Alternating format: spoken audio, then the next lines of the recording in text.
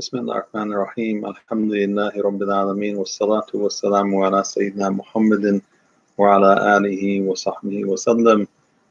اللهم علمنا ما ينفعنا وانفعنا بما علمتنا وزدنا علما بفضلك، وصلى الله على سيدنا محمد وعلى آله وصحبه وسلم.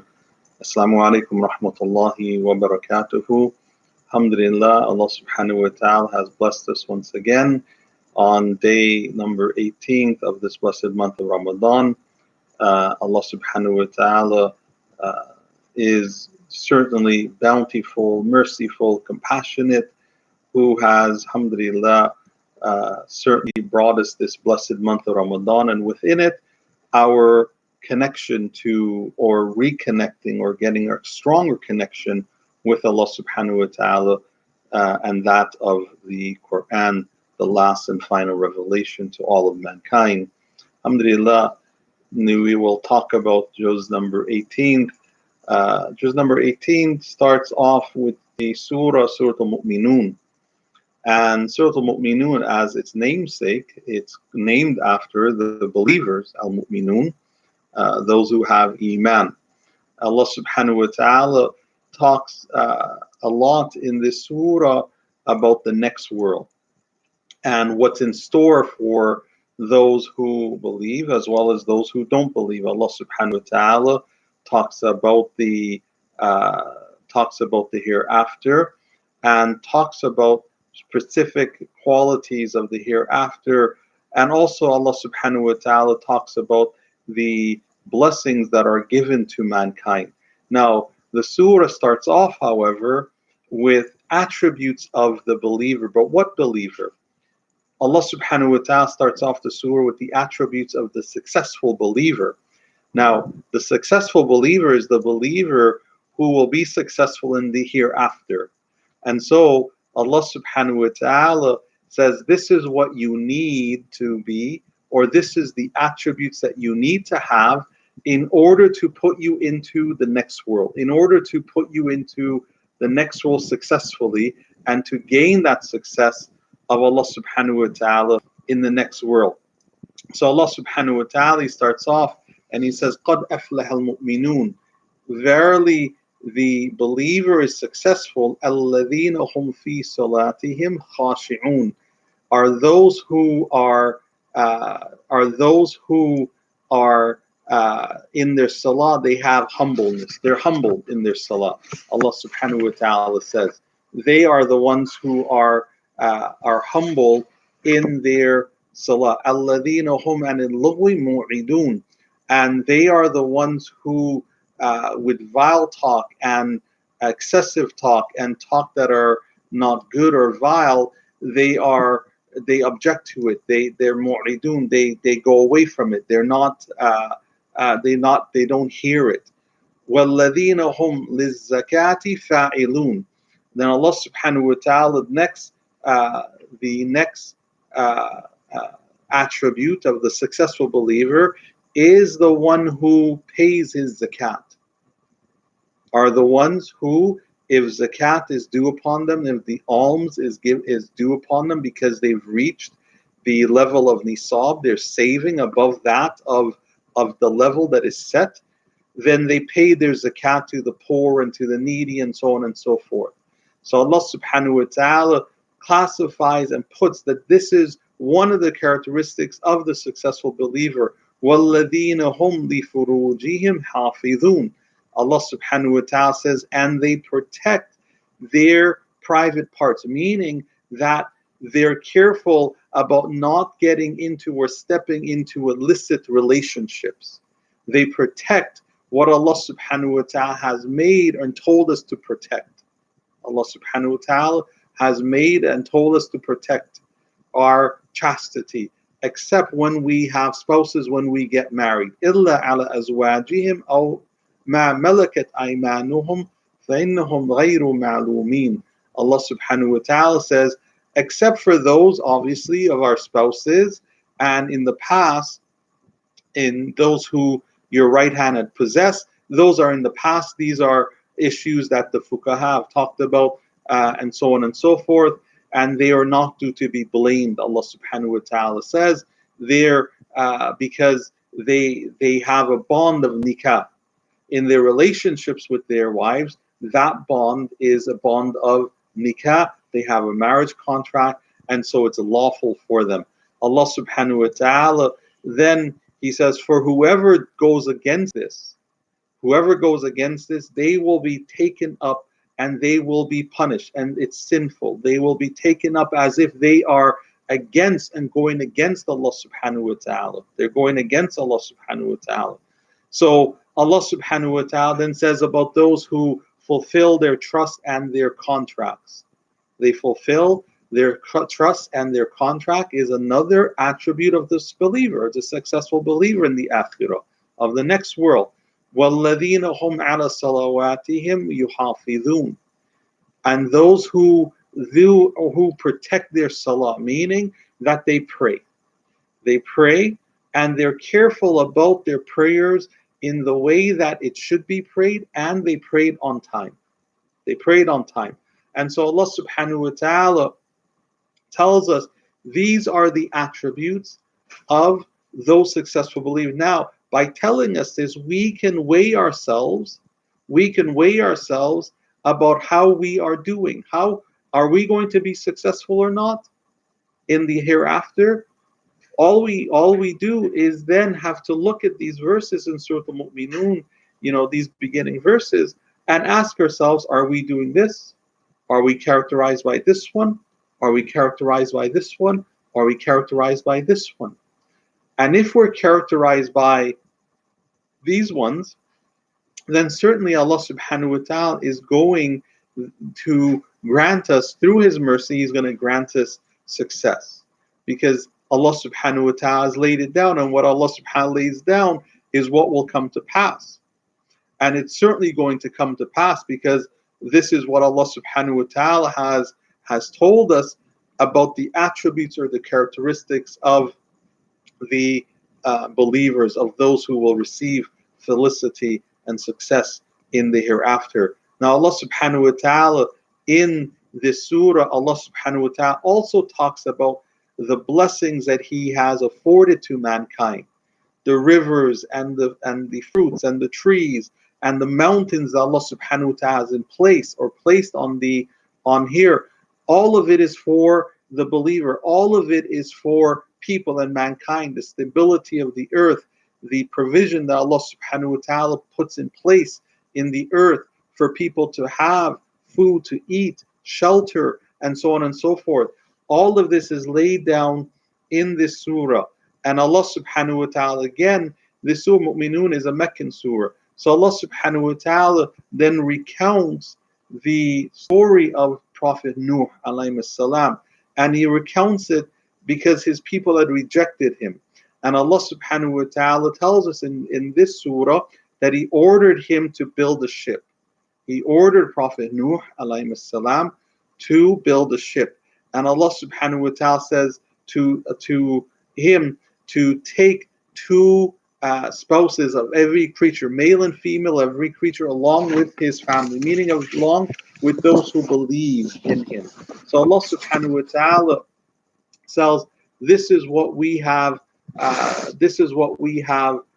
told, or this is what the Allah subhanahu wa ta'ala dictates of what He told to Prophet Nuh alayhi salam. Now Allah subhanahu wa ta'ala continues, as in the other Meccan surahs, Allah subhanahu wa ta'ala continues to talk about the prophets and the fact that their people had rejected them, and that their prophets called out to them, and called out to Allah subhanahu wa ta'ala, and called out to them to come back to the worship of one Lord. And they cried unto Allah subhanahu wa ta'ala because of the rejection, because they were not listening. And so Allah subhanahu wa ta'ala says, we have sent messengers after one another. Allah subhanahu wa ta'ala says, and whenever a messenger was sent onto a nation, Allah subhanahu wa ta'ala says, they would kadhabuhu. Allah subhanahu wa ta'ala, they would deny him. Allah subhanahu wa ta'ala says that whenever a messenger was sent, كُلَّمَا جَاءَ أُمَّةٍ رَسُولُهَا كَذَّبُوهُ. Allah subhanahu wa ta'ala says, every time a messenger was sent onto a nation, onto a people, what did they do? كَذَّبُوهُ.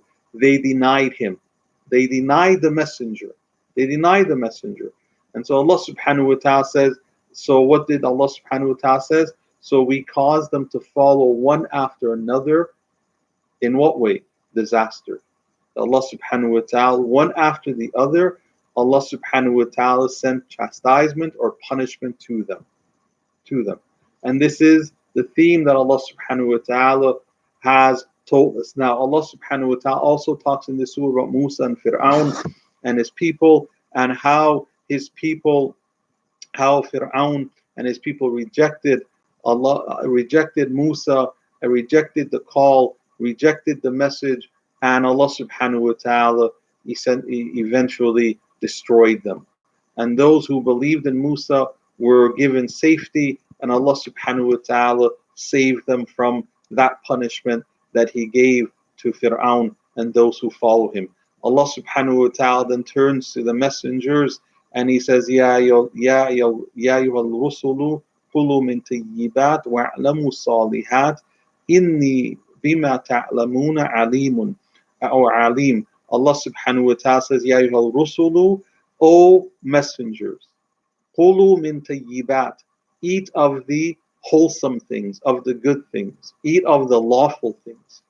Wa'lamu salihat or salihat, and do wa'lamu salihat, and do good deeds. Do good deeds. Allah subhanahu wa ta'ala says, verily I'm aware of what you do. Allah subhanahu wa ta'ala says to the messengers. Now, this command to the messengers means what? To eat of lawful things, of good things. Encourage the people. Tell the people that these are the things that you have to do. So the messengers led people by their actions. Allah subhanahu wa ta'ala, by way of this verse, Allah subhanahu wa ta'ala saying that people see what the messengers do, and people take what the messengers do, and people will obviously look and see of what the messengers do, and then Allah subhanahu wa ta'ala, and then they will follow suit. They will follow suit. And this is the case. And Allah subhanahu wa ta'ala says, after putting down about the disbelief and the rejection of these prophets, Allah subhanahu wa ta'ala says, Inna hadhi ummatukum ummatan wahida wa ana rabbukum fattaqun. Allah subhanahu wa ta'ala says, and verily this religion is one religion, meaning your belief is one chosen belief. Allah subhanahu wa ta'ala chose for you. And He says, I am your Lord. Allah subhanahu wa ta'ala, so obey me, Allah subhanahu wa ta'ala, keep your duty to me. Allah subhanahu wa ta'ala tells us and tells the messengers tell them that this is one religion. The religion of all the messengers are one religion. What religion? The religion of Tawheed. The basis and the foundation of all religion sent by Allah subhanahu wa ta'ala, of all the messengers, of all the prophets, of all of them who brought revelation, who Allah subhanahu wa ta'ala gave revelation to, there is one thing in there, one fundamental, one foundation, Tawheed, the oneness of Allah subhanahu wa ta'ala. It is the oneness of Allah subhanahu wa ta'ala. Allah subhanahu wa ta'ala tells them that He tells them in the surah that people, they took the religion and they formulated into different sects, into different divisions. They divided it. Allah subhanahu wa ta'ala says they divided it.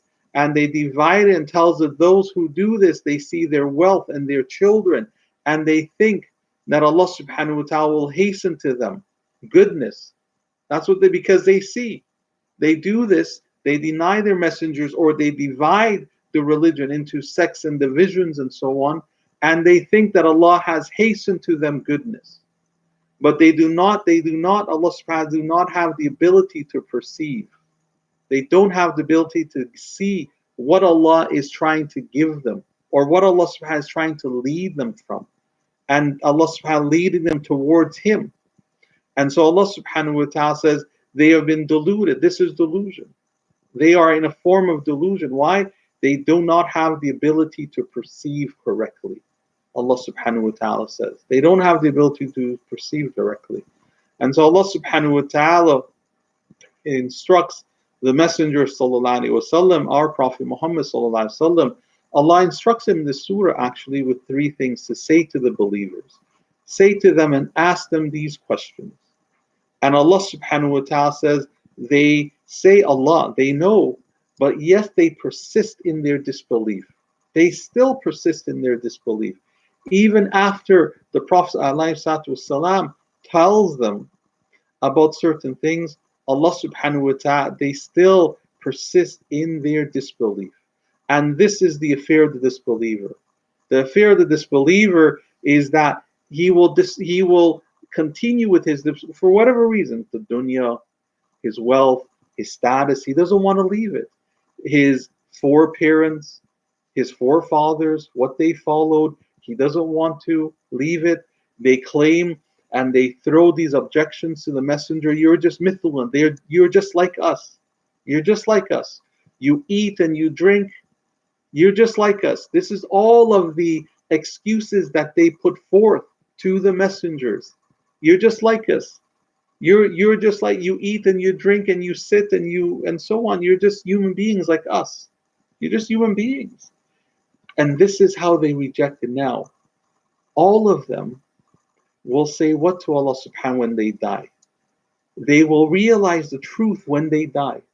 See, everyone who is going to realize the truth, everyone will realize the truth of Allah subhanahu wa ta'ala, the trueness of the oneness of Allah, the trueness of His messengers and all the books and revelations that He sent. Everyone is going to realize this. There are those who will realize in this world, alhamdulillah, and they will leave from this world, alhamdulillah, as believers. They will be successful. They will be successful. May Allah subhanahu wa ta'ala make us from them. They'll be successful. There are those who will realize the oneness of Allah and of His messenger and what they brought, but they will realize it too late. When will they realize it? In the next world. They will leave this world as disbelievers. They will leave this world as rejectors of truth. They will leave this world as deniers of revelation. They will leave this world in disbelief with Allah subhanahu wa ta'ala. They will leave it. And in the next world, they will come to that belief. They'll come to that belief. And they'll come to that belief because they'll stand before Allah, or they'll face the punishment in the grave. And they will come to that belief. And it'll be too late. It'll be too late for them then. In that world, it'll be too late. What will they say to Allah subhanahu wa ta'ala, to our Lord? They will say, send us back to the world so that we may do good deeds. Irji'u, send us back. Let us go back. Send us back. It's too late. Allah subhanahu wa ta'ala, it is too late. أَفَحَسِبْتُمْ أَنَّمَا خَلَقْنَاكُمْ عَبَثًا وَأَنَّكُمْ إِلَيْنَا لَا تُرْجَعُونَ. Allah subhanahu wa ta'ala says, do they think, أَفَحَسِبْتُمْ, do they deem, do they calculate, the people of Mecca, that we created them abatha, that we created you in vain? Allah subhanahu wa ta'ala says to them, do they think, the people of Mecca, the idolaters, do they think that they were created in vain? And know that abatha, وَأَنَّكُمْ إِلَيْنَا لَا تُرْجَعُونَ, and to us you will not be returned, and you will not be returned to us after you die? Is that what they think? This is how Allah subhanahu wa ta'ala says to them. Allah subhanahu wa ta'ala says this to them. At the end of this surah, Allah subhanahu wa ta'ala makes a call to them. A call. Do you think you're living here with any purpose? You were created with any purpose. The one who created the heavens and the stars, the sun that rises in the east and sets in the west, the moon that creates night and day in the fluctuation. Do they think that all of this and all of the creation of Allah subhanahu wa ta'ala, that it's created out of vain? Do they think that we created you? Allah subhanahu wa ta'ala says that we created you, human beings, or idolaters. Do you think that you were created out in vain? Allah subhanahu wa ta'ala created you out of without any reason, and that you're not going to return? Allah subhanahu wa ta'ala then ends the surah with saying something of the Prophet ﷺ. Allah subhanahu wa ta'ala ends the surah and he says, وَقُلْ رَبِّ اغْفِرْ وَارْحَمْ وَأَنْتَ خَيْرُ الرَّاحِمِينَ. Allah subhanahu wa ta'ala ends the surah and he says, say, O Muhammad sallallahu alayhi wa sallam, my Lord, forgive. رَبِّ اغْفِرْ وَارْحَمْ. O Allah, forgive. My Lord, forgive and have mercy. And this dua, Ibn Abbas radiallahu anhum, he says, this dua, the Prophet ﷺ is commanded by Allah not to make this dua for himself. This is to his ummah. قُلْ رَبِّ اغْفِرْ وَارْحَمْ وَأَنْتَ خَيْرُ الرَّاحِمِينَ. O my Lord, forgive my nation and have mercy on my nation by not punishing them, for you are the best who show mercy. You are the best of the ones who show mercy. And Allah subhanahu wa ta'ala, this is how He ends this surah, by that reflection of the Prophet ﷺ, that let him have that concern for his nation and ask for his nation mercy and ask for his nation forgiveness. And the deniers of them and the rejectors, the Quraysh and the people of Mecca, those who deny it, leave them, because they believe that they are created without any purpose, and they believe that they're not returning to Allah, but Allah subhanahu wa ta'ala will equate them in the next world with the reality and the truthfulness of Him, of Allah, and of His Messenger sallallahu alaihi wasallam. And this is how it ends, this surah, Surah Al-Mu'minun. The next surah is Surah An-Nur, and Surah An-Nur is a Medina surah. After is Surah An-Nur, and Surah An-Nur is a Medina surah. After the Prophet ﷺ migrated to Medina, this surah was sent in that period of time, the period after the Hijrah, and so it's a Medina surah, it's a Madani surah. Allah subhanahu wa ta'ala uses Nur as the title of this surah, Surah An-Nur, and Allah subhanahu wa ta'ala, there's some real matters that are discussed in this surah. As we said, that the Madani surahs are surahs in which Allah subhanahu wa ta'ala laid down laws and rules, because the community now is established under a leader, the Messenger sallallahu alaihi wasallam. Now he's a prophet, he's obviously a prophet and messenger, but now he is a leader of a community. Now he is a qadi, a judge. Now he is a military general. Now he is a counselor. Now he's always been a teacher, a counselor, but now his roles are defined of how to establish a community and how to keep harmony within a community. So Allah subhanahu wa ta'ala lays down the rules and the regulations and establishes a code of law of what to do when the law is broken, punishment, and the canon laws of punishment in a community, in a society, in a country. So Allah subhanahu wa ta'ala lays it down now. Surah An-Nur, this is what Allah subhanahu wa ta'ala, one of the interesting things of this surah and themes is Allah subhanahu wa ta'ala lays down some of the social interaction rules, the interaction of families, the interactions of the gender. Allah subhanahu wa ta'ala lays down, and the rules that should exist and coexist between the gender and people to safeguard dignity and honor of one another. The dignity and honor of one another. And if someone wants to know how specific and detailed Allah subhanahu wa ta'ala is in these rules, read Surah An-Nur. Read Surah An-Nur. Read the translation of Surah An-Nur.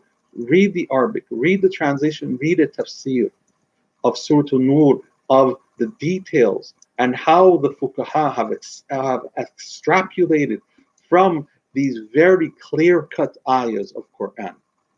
However, the surah, Allah subhanahu wa ta'ala starts off, Suratun anzalnaha wa faradnaha wa anzalna fiha ayatan bayyinat la'allakum tadhakkarun.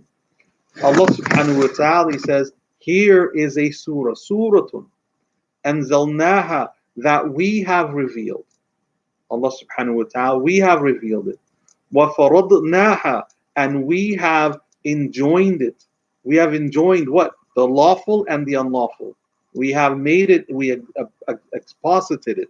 We have explained it. The lawful and lawful, we have explained it. And Allah subhanahu wa ta'ala, وَأَنزَلْنَا فِيهَا آيَاتٍ بَيِّنَاتٍ لَعَلَّكُمْ تَذَكَّرُونَ.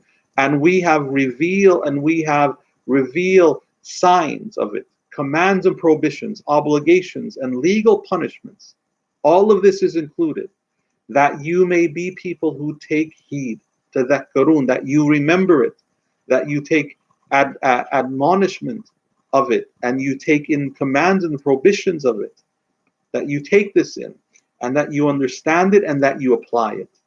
So Allah subhanahu wa ta'ala, from the very essence of this first verse, we get an understanding of Allah subhanahu wa ta'ala, what He's going to bring in this surah or the next verses is something to take heed of.